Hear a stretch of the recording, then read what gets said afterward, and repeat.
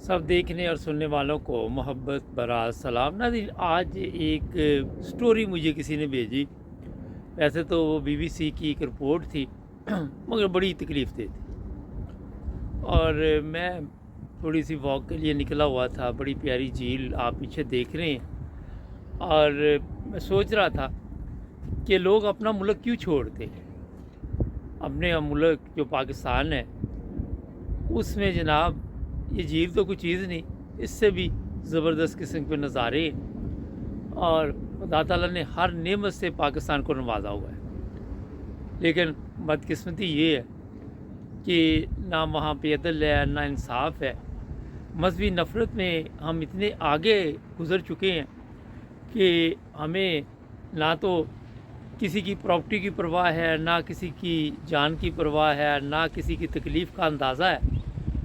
और हम समझते हैं कि इस्लाम जो बताया जा रहा है, जो उलमा बताते हैं, जो पाकिस्तान की पब्लिक ने सीखा हुआ है, वही इस्लाम है। ये मुल्क जर्मनी, यहाँ पे मजहबी तौर पे लोग इबादत भी करते हैं, चर्च में भी जाते हैं। जो बड़ी उम्र के हैं, यंग पीपल, उसको तो कोई दिलचस्पी ख़ास नहीं है। मगर मज़हब के नाम पे यहाँ पे लूट मार नहीं करते। और जब भी कोई इस तरह के हालात होते हैं तो उसमें कोई ना कोई शरारत होती है। मगर हमारे पाकिस्तान में अगर आप देखें तो जो ख़त्म नबूवत के नाम पे चूरन बेचा जाता है और लोगों को गुमराह किया जाता है और बताया जाता है कि जनाब हम नबी पाक सल्लल्लाहु अलैहि वसल्लम की तालीमात पर अमल कर रहे हैं। लोगों के घर जला दिए जाते हैं, लोगों को ऐसा ऐसा नुकसान दिया जाता है कि कई बेचारे अपना मुल्क छोड़ देते हैं। जिस बीबीसी की रिपोर्ट का मैं ज़िक्र कर रहा हूँ, वो भी एक अहमदी फैमिली के मतलब थी जो इस वक्त नेपाल में है।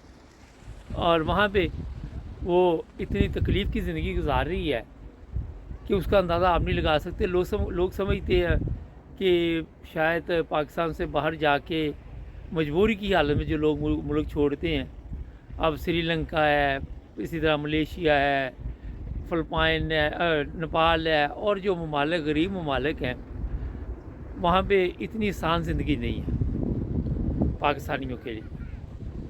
अंदाज़ा लगाएं कि अपने मुल्क में ठीक ठाक खाते पीते लोग ये होते हैं, अपना बिज़नेस होता है, अपना कोई ना कोई रोज़गार का इनको मौका अच्छा मिला होता है, अच्छी ज़िंदगी गुजार रहे होते हैं, बच्चों की तालीम है उसकी तरफ तवज्जो दे रहे होते हैं। और फिर वहाँ पे जो शरारत की जाती है, कभी किसी मस्जिद से शरारत उठती है, कभी ख़त्म नबूवत के नाम पे, कभी कोई ऐसा केस बना दिया जाता है जनाब इन्होंने हमें तबलीग की है, और फिर चलता कारोबार ख़त्म हो जाता है। बस्ता घर जो है वो छोड़कर लोगों को दूसरे मुल्क जाना पड़ता है।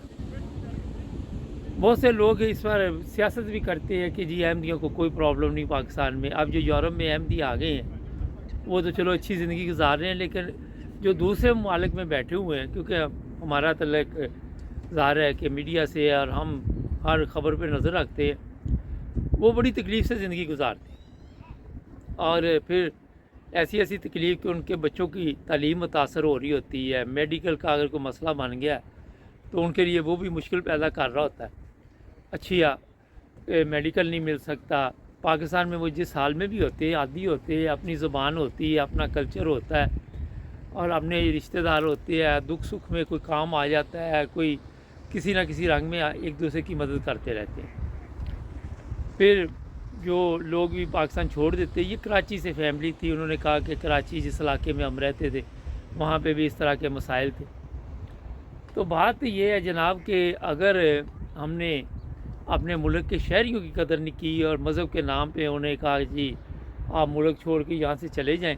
अब दूसरी तरफ ये उलमा का कहना जी हम किसी को नहीं कहते कि मुल्क छोड़ के चले जाएं, मगर हालात ये बना दिए जाते हैं कि बंदा खुद ब खुद ही कहता है कि बेहतर ये है कि मैं यहाँ से चला जाऊँ, ना मेरे बच्चे यहाँ पे सेफ़ हैं। ऐसे कवानीन है और कोई भी गलती की गुंजाइश नहीं वहाँ पे।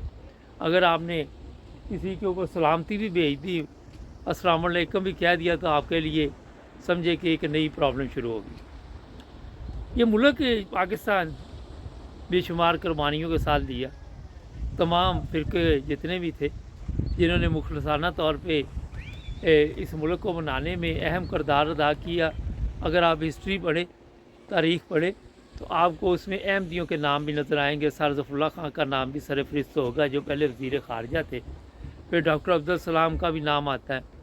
लेकिन अदल का अब ऐसा हमने जनाजा निकाला हुआ है कि हम किसी चीज़ को मानने के लिए तैयार नहीं। हमारे मुल्क में जहालत, और जहालत की वजह से फिर लोगों के लिए मसाइल। और ये भी मैं बता देता हूँ कि दूसरे लोगों के लिए तो जो मसाइल बनाए, फ़र्ज़ करें अहमदियों के लिए दूसरे, लेकिन अपने लिए भी हमने कोई ऐसे रास्ते इख्तियार नहीं किए जिसकी वजह से कोई अच्छी ज़िंदगी लोग गुजार रहे हों। कारोबारी तौर पे मुतासर, मजहबी तौर पे बुरा हाल, इस्लामी तालीमात से दूर, इंसानियत से दूर, अखलाकियात से दूर। और ये नज़ारा जो मैं पीछे आपको दिखा रहा हूँ, ये लोग किसी के मज़हब में दखल नहीं देते, अपनी ज़िंदगी के मज़े लेते हैं। और हम कहते हैं कि जनाब हम लोगों को तकलीफ़ दें, लोगों को दर्द दें, लोगों को किसी ना किसी तरह परेशान करें। तो बात ये है जनाब कि जो अहमदी भी तकलीफ़ में है, बड़ा दुख होता है कि देखिए अपने मुल्क में एक अच्छी ज़िंदगी गुजार रहे थे। मगर अब BBC की रिपोर्ट तो बड़ी लंबी थी, मैं उस पर अंदर नहीं जाना चाहता। फिर बीमार कोई हो जाए, वहाँ पे इलाज का मसला है। तो हमें गौर करनी चाहिए, इस तरह गौर करना चाहिए कि हम एक कौम बने, इस तरह की मजहबी नफ़रत को ख़त्म करें, और ऐसे कवानीन जिसके ज़रिए लोग मुतासर हो रहे हैं वो भी ख़त्म कर देने चाहिए, ताकि लोग अपनी इबादत भी करें, अपनी तबलीग भी करें, दूसरों को दावत भी दें, एक दूसरे को समझने का मौका मिलता है। मैं उम्मीद करता हूँ कि हमारे जो लोग समझदार हैं इस तरफ तवज्जो देंगे। हमारे चैनल को सब्सक्राइब कर लें, जुड़े रहें हमारे साथ। अपना ख्याल रखें, मिलेंगे नए प्रोग्राम में। अल्लाह हाफ़िज़।